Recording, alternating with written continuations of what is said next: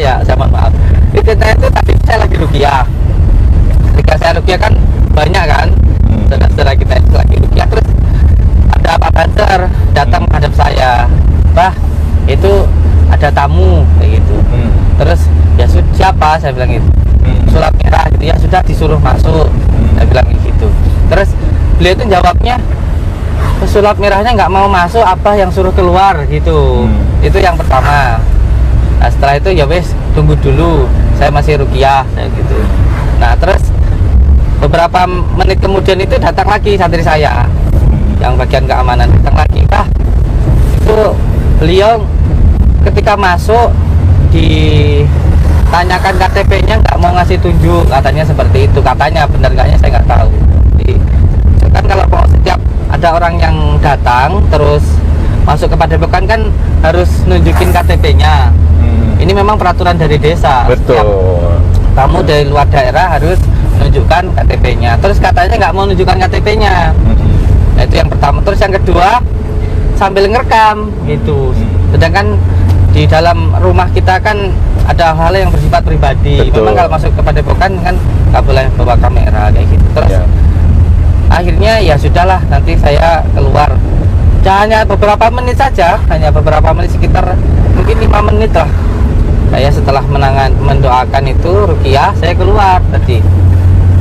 Ketika saya keluar, saya kasih tahu semua santri jangan ikut kayak gitu. Di belakang aja, saya aja yang nemuin. Kayak gitu. Saya pengen nemuin, mau saya aja masuk ke dalam. Nah di jalan ada Pak Lurah. Kan sebagai tuan rumah baik juga. Silakan masuk dan lain-lain. Intinya gitulah. Terus tadi Pak Lurah, terus sama Pak Lurah tadi ke sana. Terus karena Pak Lurah datang karena memang banyak orang. Kan seperti ada keonaran gitu loh. Makanya Pak Lurah sigap datang. Ya Allah, tadi dari warga sendiri itu ada yang nggak terima. Nggak gitu terima, ada banyak nggak terima. Banyak yang nggak terima datang ke desa orang kok petantang kayak gitu. Maksudnya saya sih nggak tahu beliau kayak gitu apa enggak, saya nggak tahu. Tapi sebisa mungkin loh, demi Allah saya usahakan semaksimal mungkin supaya warga tadi jangan sampai ada yang menyerang anarkis atau apa menyerang kan. Marcel kayak gitu. Kenapa kalau sampai terprovokasi, wah itu yang kena juga saya. Makanya saya aku santri pun tidak saya izinkan. Memang tadi ada salah satu apa namanya mereka yang datang itu ciri khasnya gemuk ya, ciri-cirinya gemuk. Memang orangnya memprovokasi terus. Makanya saya katakan pembicaraan sepanjang jalan itu. Hati-hati katanya, jangan anu lah, bener. Saya tekankan, Marcel ini telepon sama saya sudah baik-baik, sudah WA juga baik-baik. Nah, begini. Seharusnya gitu. Kalau niat beliau baik, datang, ya kan daftar, terus setelah itu tidak merekam, masuk ke dalam, ngobrol kan sudah. Terus saya enak, bertamu berarti bertamu baik. Iya. Makanya tadi Bang Marcelnya tadi itu istilahnya saya protes loh. Lah kamu itu loh wong sudah komunikasi sama saya dengan baik. Saya baik, kamu baik. Kenapa kamu datang kok nggak telepon saya atau apa kan begitu? Kan ya sayanya kan ya enteng aja namanya mau bertamu apa kan yo biasa ya, mau apa bertamu menghubungi orang yang mau ditamoni kan gitu, gini-gini kan biasa itu. Biasa dan baik malah kan gitu. Lah kok yo enggak gitu loh. Makanya saya protes tadi. Ini WA-nya masih saya simpen, Gus. Masih sama saya simpen WA-nya itu. Inilah untuk pentingnya adab dan sopan santun. Kalau datang baik-baik, ya pasti kita terima lah. Terima gitu. Pastinya. Masuk dengan cara yang baik gitu. Ini berarti orangnya ada di Polres? Iya, di Polres. Ini tadi ada beberapa polisi, kemudian saya diberitahu timnya dia dibawa ke Polres. Tadi saya sampaikan ke siapa tuh Marcel, Mas Marcel, saya bilang ketika banyak orang tadi, ayo monggo masuk ke dalam. Nggak mau. Terus kalau mau pembuktian, ayo pembuktian kapan, gitu, di mana gitu. Kalau menurut saya ya pembuktian itu pada pokok permasalahannya. Kalau pembersihan rumah, ayo ikut pembersihan rumah. Itu biar. Ternyata begini Gus, tadi di ruang kepala desa disaksikan oleh Babinsa maupun Babinkam dan juga ada bapaknya Marcel itu, ya kan? Ngaku bapaknya Marcel. Bukan, ternyata ya tentunya mengaku ya, tapi kalau mungkin benar bahwa dia bapaknya Marcel beneran karena ceritanya seperti itu bapak kandung. Nah, tadi ada gini. Nah, siapa namanya Pak Lurah itu menanyakan kepada Naja sedemikian rupa. Ternyata jawabannya dari Naja, keterangannya itu sudah ada perencanaan di Ludoyo, gitu loh. Ada Naza, ada Marcel, ada siapa, Rifki apa siapa nggak tahu saya. Siapa lagi gitu, menyebut anda nama Pak Gun juga. Siapa Pak Gun aku juga nggak tahu. Nah, di Ludoyo mana juga kata, tapi lokasinya di Ludoyo. Merencanakan kedatangan yang tadi itu, perencanaannya kemarin gitu loh. Nah ternyata begitu perencanaannya, ya mungkin perencanaannya apa ya, kok seperti itu tuh rencananya bagaimana kita juga nggak tahu gitu loh. Ya logikanya seseorang yang ada baik, rencananya pasti baik, kan begitu dah. Iya. Ternyata begitu. Nah sekarang si Naja juga dibawa ke Polres karena memang ya kenyata faktanya seperti itu, sampai ada keonaran demikian ya. Tadi saya tahu, ini Mas Naja, ayo ngobrol sama saya gitu. Enggak, saya mau pulang, ngobrol dulu sama saya. Jangan pulang dulu gitu. Kamu cuma ngomong jauh tapi deket aja nggak mau datang gitu. Ketika datang ya gitu. Masya Allah. Akhirnya ya tadi ke kepala desa. Jangan masalah. Masya Allah. Ya tentunya kalau mau melakukan sesuatu hal yang baik ya lakukanlah dengan cara yang baik, perencanaan gitu. baik. Jauh-jauh dari mana tadi katanya? Dari Jawa Barat atau dari mana tadi? Nggak tahu ya. Apa dari Jakarta, Bogor atau Bandung, Depok, nggak tahu saya. Adabnya, sopan santunnya. Nah gitu. Kan jauh-jauh kan, di depan rumah orang. Itu loh. Aduh.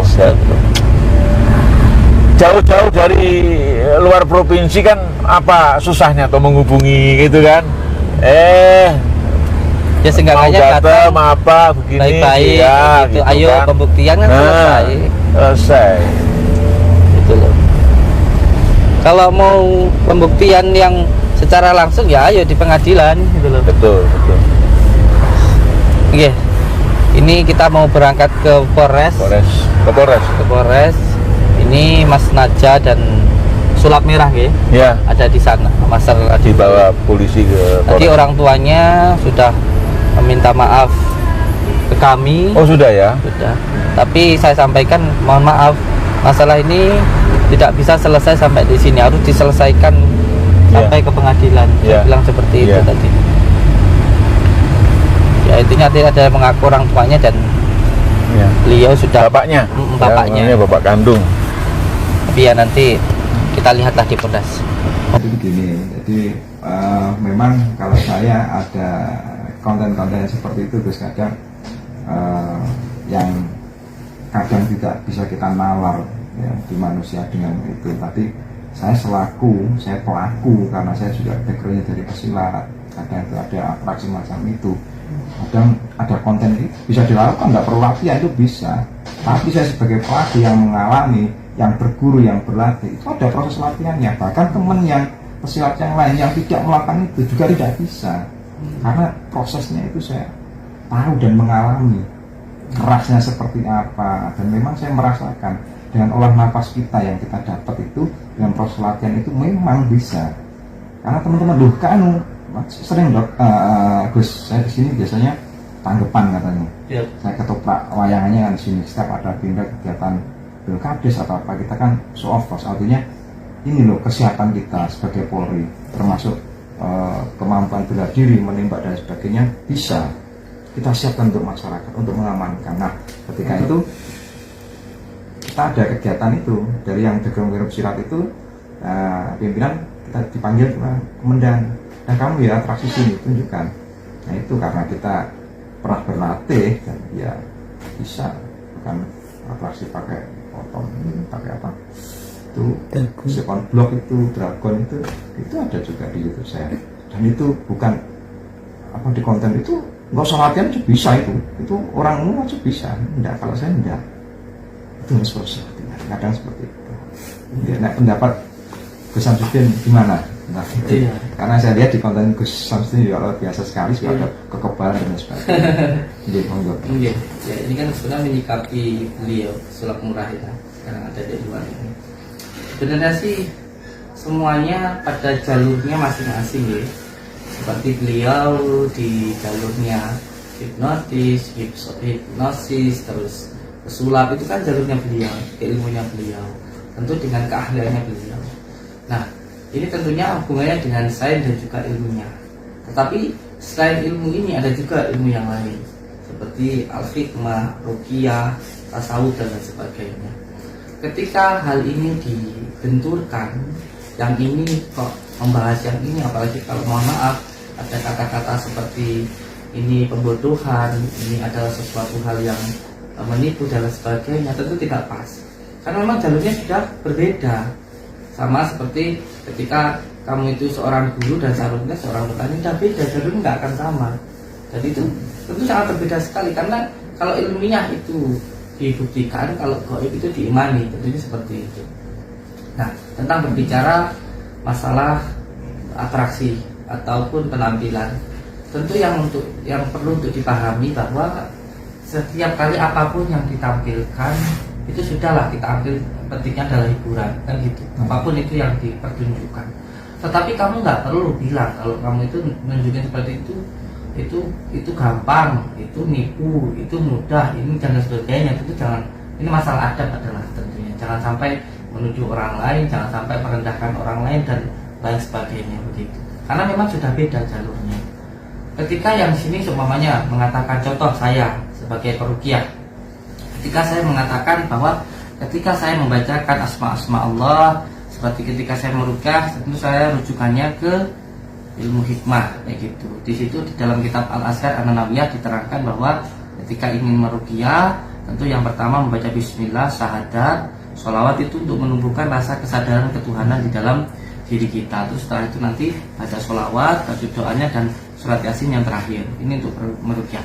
Nah, ketika kita bacakan seperti ini, lalu orang yang kita bacakan itu tiba-tiba menangis, teriak atau kesurupan, nah ini kan tentu kita bilang ini adalah kesurupan atau ketempelan, kan begitu. Nah, dari pihak sana ada yang mengatakan itu adalah aberrasi. Nggak apa-apa kamu bilang aberrasi atau gangguan psikis, iya apa-apa, memang iya. Tapi itu jalur kamu. Yang penting jangan sampai menuduh kalau ketika dia kesurupan ini peruqyah halu atau menipu, jangan bilang seperti itu, kan begitu masalahnya. Karena kalau di dalam ilmu hikmah atau peruqyah, ketika kamu aberrasi atau yang dikatakan kesurupan menurut kita itu gangguan psikis yang diakibatkan oleh gangguan jin. Muncullah perasaan yang pertama al-ghadab, marah, gampang marah. Yang kedua muncul perasaan alladzi yuwaswisu fi sudurina simal jinnati wan nas, was-was. Dan yang ketiga adalah sedih. Nanti setelah itu akhirnya jadi halusinasi dan biasa kesurupan dan lain sebagainya. Itu yang tingkatannya seperti itu sebenarnya. Jadi yang penting jangan sampai yang ini mengolok-olok yang ini gitu loh. Kan gitu, masalahnya hanya seperti itu. Seperti teman pesilat ya, yang namanya seorang pesilat ya, menyerang mental kayak gitu. Mungkin kalau sana itu adalah hipnotis, lah menurut kita itu adalah seperti tenaga dalam. Yang ketika menyerang tentu harus ada latihannya, seperti dibangkitkan amarah sucinya atau diisi hadiran gitu. Tapi jangan menuduh seperti yang ini nih enggak kayak gini ya. Iya berbeda, memang berbeda, ilmunya sendiri sudah berbeda gitu. Nah, seperti halnya yang sekarang ini, ketika beliau menunjukkan hal semacam ini adalah trik, contoh beliau mengatakan trik. Lah, beliau menuduh tapi tidak tahu tempatnya, tidak tahu orangnya, kan begitu. Jadi disamakan antara yang ini dengan yang ini. Nah, sekarang yang jadi masalah, beliau itu menyuruh saya untuk membuktikan hal itu oleh beliau. Nah, jadi ketika itu ada orang yang bakar bata, ya berarti waktu itu harus ada bata yang dibakar, harus ada kayunya dan lain sebagainya sehingga bisa terbakar. Ya, kalau nggak ada batanya, nggak ada kayu yang dibakar, terus suruh nunjukin bata dibakar, bagaimana? Makanya tadi saya bilang sama pesulap merah, tadi jika banyak orang saya datangi beliau karena tadi sudah 3 kali terjadi. Jadi yang pertama, saya sedang ruqyah, lalu datanglah santri melaporkan bahwa Gus, ini ada orang yang mau datang gitu, tapi nggak mau masuk gitu. Kenapa nggak mau masuk gitu? Jangan suruh yang ke sana. Kan menurut saya lucu. Saya sedang meruqyah di rumah saya sendiri, orang nggak mau masuk katanya. Benar atau tidak saya nggak tahu. Itu santri saya menghadap ke saya seperti itu, demi Allah. Terus setelah santri itu keluar, saya melanjutkan ruqyah. Datang lagi beliau, terus orangnya itu gimana? Di luar tuh loh, nanti terjadi benturan di masyarakat antara pendukung dan yang tidak mendukung, kontra. Terus saya bilang suruh aja masuk. Yang pertama, orangnya ini Gus, orang yang bilang seperti itu hadir saya. Yang pertama, beliau ini masuk tidak mau menunjukkan KTP-nya atau tidak mau menyerahkan KTP. Sedangkan KTP ini adalah laporan kita ke desa. Setiap siapapun, bukan hanya beliau Salam Murad, siapapun yang datang ke Padepokan itu harus menunjukkan KTP-nya. Masuk ke Padepokan itu. Ini aturan yang dibuat oleh pemerintah desa. Ya, saya mengikuti itu. Dan yang kedua, beliau tadi itu mau masuk tapi tetap merekam begitu. Sedangkan di dalam rumah kita tentu ada privasi kita dong. Ya kan, di dalam ada istri kita, ada anak kita, ada dalam rumah kita. Masa iya orang mau masuk sambil merekam terus sambil memperbolehkan? Itu tidak boleh, kecuali ngomong dulu, izin dulu ke saya. Nanti setelah ngomong baru nanti dipersilahkan, kan begitu. Adab ini sebenarnya masalah adab saja. Ketika sudah terjadi beberapa menit saya tunggu tidak masuk, terus takut saya nanti di luar terjadi suatu hal yang nggak baik kan gitu. Tentu banyak juga yang suka maupun nggak suka sama saya. Akhirnya ya wis lah, saya ngalahin saya mengalahin untuk keluar. Saya keluar, benar di jalan sudah ramai banget, masya Allah. Dan jujur saya sangat khawatir sekali dengan keselamatan Mas Marcel waktu itu. Akhirnya saya keluar, saya dekati beliau, tapi masih ada penahanan dari kepala desa. Beliau ingin ngomong dulu dari pengacara. Dan waktu itu pun saya nyuruh santri jangan ada yang ikut. Santri jangan ada yang ikut. Santri cukup di Padepokan, nggak ada santri pun yang ikut waktu itu. Dan saya pun akhirnya juga mengalami masyarakat sekitar yang ada yang marah waktu itu karena merasa nggak dihargai, katanya songong begitu, katanya ngomongnya songong dan apa namanya itu nggak sopan begitu, sampai Pak Lurah sendiri kan marah-marah. Akhirnya saya bilang ke masyarakat jangan sampai ada yang terprovokasi, kalau sampai mukul yang jelek nama desa kita, udah saya demi Allah saya tahan itu. Terus akhirnya saya minta izin sama Pak Lurah untuk ngobrol berdua saja dengan Marcel.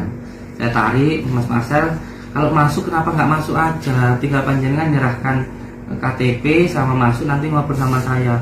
Semua pasien seperti itu, masuk ke tempat saya, daftar ya kan, masuk ke yayasan, ke Padepokan, terus ikut ruqyah, nggak jadi masalah. Bukannya di luar terus lari sana lari sini, petantang petenteng, malah saya ada lihat videonya kayak seolah-olah apa namanya menghina gitu, apa namanya membuli lah begitu. Nah jangan seperti itu saya bilang hanya wes gini aja, yuk sekarang ditentukan waktunya, ayo kapan kita pembuktian gitu. Tadi sempat karena di IG tadi, di live IG tadi, terus ada beliau jawabannya, ayo dibuktikan sekarang. Mas Marcel, ketika saya ngobati orang itu, orangnya sakit kena santet. Sekarang kalau nggak ada yang kena santet, yang saya obati siapa? Terus beliau narik anak buahnya yang gendut tadi, ini diobati. Jadi tadi mau saya lakukan, maksudnya ya dari mana kamu tahu ini kena santet kayak gitu. Tapi anak buahnya sudah terlanjur takut, saya nggak mau, saya mau pulang aja gitu kan. Tadi yang gendut tadi ada videonya kan. Saya bilang gini aja wes, sekarang daripada terjadi hal yang nggak diingin, yuk masuk ke dalam, ayo masuk ke dalam. Tapi hanya beliau sudah aku pulang mau gitu temennya tadi. Terus akhirnya wes gini aja Mas Marcel, sekarang ditentukan kapan waktunya, ayo pembuktian. Kalau sama mau bukti tentu harus ikut saya dong, kayak gitu. Ikut saya pembersihan rumah. Ketika nanti ada orang yang sakit minta dibersihkan rumah, ayo ikut. Bagaimana di situ ada buhulnya, semuanya di sana nanti bagaimana orang sakitnya, kan harus ada kejadiannya kayak gitu. Intinya seperti itu kejadian ini tadi. Dan saya sangat menyayangkan hal ini sih sebenarnya, kalau sampai apa namanya terjadi hal-hal yang nggak, karena menurut saya Marcel ini orangnya baik menurut saya. Hanya masalah adabnya saja. Apa yang beliau tampilkan nggak beda jauh dengan saya, membongkar perdukunan, sama jalurnya. Kita sama-sama apa namanya mengedukasi masyarakat supaya jangan percaya sama dukun atau jangan sampai tertipu oleh dukun. Ini sama, cuman mungkin caranya saja yang berbeda gitu. Ya mungkin ada pikiran beliau yang lain, saya itu seperti ini seperti itu, tapi ya terserah lah bagaimana. Tapi kan masalahnya di sini itu.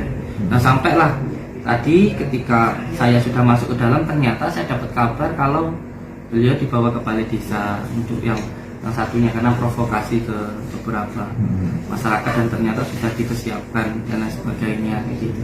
Terus tadi ternyata setelah saya mau ke balai desa sudah dibawa ke sini. Jadi intinya sebenarnya semuanya itu tentu ketika mau berbuat baik ya harus dilakukan dengan cara yang baik lah gitu. Nah ini sekarang beliau ada di luar sini gitu. Terus tadi bapaknya yang mengaku bapaknya Mas Masal itu sudah bicara banyak kepada saya sebenarnya ya, intinya minta maaf dan sebagainya gitu. Cuman saya sih sebagai masyarakat gitu, masalah seperti ini ya tentunya saya tidak mau berkelanjutan lah gitu. Yang penting diselesaikan baik-baik gitu, dilakukan dengan cara yang baik gitu. Sebenarnya siapapun yang datang ke padepokan itu diterima kalau nggak ada satupun yang ditolak. Tapi kalau di luar malah bikin guyon-guyonan, ecek-ecekan itu kan ya nggak bagus begitu. Ya, saya nggak membela diri, nggak membela diri.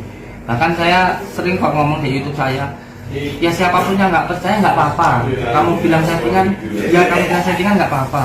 Kamu bilang ini hiburan nggak apa-apa. Gitu. Saya selalu bilang, bahkan di depannya apa waktu itu ada yang telepon saya, kamu itu hiburan, iya saya hiburan, saya bilang gitu. Kamu itu penipu, iya saya penipu gitu. Ya nggak apa-apa, semua kamu gitu. Saya nggak ngadain itu. Cuma masalahnya kalau sudah sampai datang terus sampai kisul itu loh. Datang nggak dengan cara yang baik. Kalau dengan yang baik nggak masalah, no problem buat saya. Karena saya juga tahu tentang ilmu agama bahwa menghormati tamu itu adalah perintah Allah. Kita menghormati tamu itu sama dengan mendatangkan rezeki untuk kita. Tapi tamu yang bagaimana dulu gitu loh ditanya. Jadi ada beberapa hal yang seperti itu. Tentunya ya saya berharap beliau ada etikat baik lah. Etikat baik, berbicara dengan baik. Ayo pembuktian kalau dibuktikan ya dibuktikan dengan cara yang baik. Bagaimana ikut dengan saya atau melihat rupiah saya, ya kan di situ bisa gitu, bisa seperti itu. Awal cerita ini beliau ada di luar sini. Tapi kalau masalah apakah saya mempermasalahkan atau mempidanakan, semuanya saya serahkan ke hukum. Saya sudah menyampaikan di video saya, datang silahkan datang ke padepokan gitu. Bahkan saya sudah memberikan waktu berapa waktu, 3 hari. Dan menurut dari bapaknya ini saya tadi sempat ternyuh loh, karena beliau bilang Marcel ini yang menghidupi bapaknya, menghidupi beliau ini adalah Marcel. Jadi dari situ saya berpikir udahlah gitu. Nah katanya menghidupi bapaknya itu ya Marcel itu, makanya bapaknya nggak bisa makan sama sekali gitu. Dan tadi sempat saya tanya, ya harusnya sama sebagai orang tua bisa mengarahkan anak untuk sopan santun lah gitu. Jawaban bapaknya, ya saya itu makan dari Marcel, tapi saya nggak tahu lah bagaimana kenyataannya gitu. Bagaimana kenyataannya saya nggak tahu, itu hanya perkataan mereka saja. Kalau diperlukan laporan. Ya. Oke. Oh, berarti bisa. Ya.